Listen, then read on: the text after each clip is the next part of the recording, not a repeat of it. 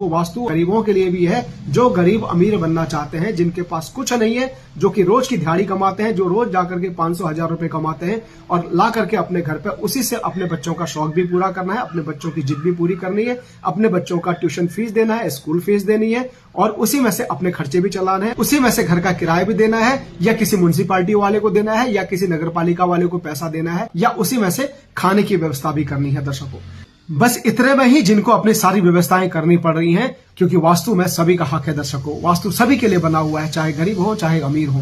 तो आज का खास ये वीडियो मेरे उन्हीं भाइयों के लिए है, उन्हीं बहनों के लिए है। तो आपने क्या करना है, आप एक कमरे में तो रह रहे हैं ना, आपने भले ही टीन की शेड अपने लिए डाली हुई है, आपने भले ही 4 खंबे गाड़ करके आप पन्नी ऊपर से किया हुआ है, आपने भले ही किराए के कोई फ्लैट आपने लिया हुआ है, आप कोई चौल में आप रह रहे हो, चाहे कहीं भी आप रह रहे हो, जहां पर आप सो रहे हो, जहां पर आप खाना बना रहे हो, जहां पर आपने बाथरूम की व्यवस्था की हुई है, वहीं पे आप रात में लघु शंका भी आप चले जाते हैं इमरजेंसी में, और वहीं आपने बच्चे की पढ़ने की व्यवस्था भी की हुई है।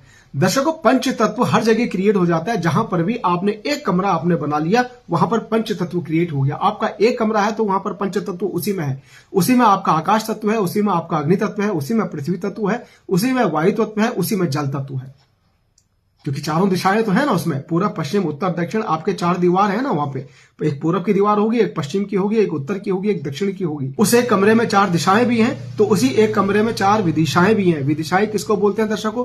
ईशान कोण हो गया, अग्नि कोण हो गया, वायु कोण हो गया और नैऋत्य कोण हो गया।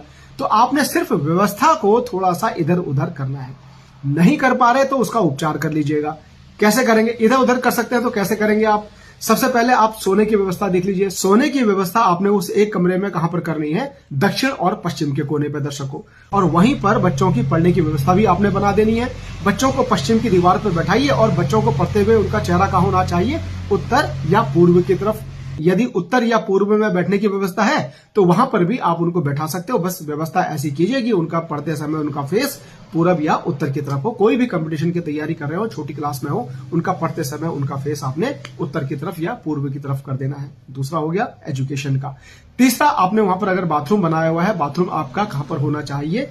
उत्तर की दिशा में होना चाहिए। क्यों? क्योंकि यहां पर क्या होता है कि आपकी टॉयलेट नहीं होती है, यानी दीर्घ शंका की व्यवस्था यहां पर नहीं होती है। सिर्फ आपका बाथरूम होता है जिसमें आप नहाते हो या लघु शंका कभी कभी आप चले जाते हो। तो उत्तर में इसकी व्यवस्था कर सकते हो, पूर्व में इसकी व्यवस्था कर सकते हो। दर्शकों, यहां पर आप अपने छोटे से एक कमरे में जहां पर आप रह रहे हो, या व्यवस्था अपने आप से जब आपको बनानी पड़ रही है, व्यवस्था बनी बनाई है तो उसके लिए मैं उपचार अभी आगे बताने जा रहा हूं। जहां पर आप व्यवस्था कर सकते हो, मूव कर सकते हो, जहां पर आप दिशाओं को डिस्टर्ब कर सकते हो। अगर हिला सकते हो कि मूव तो करना है आपने, सिर्फ यहां से वहां बढ़ाना। बाथरूम यहां था, यहां शिफ्ट कर दिया, बेड वहां से उठा के यहां शिफ्ट करना है। बच्चे का सिर्फ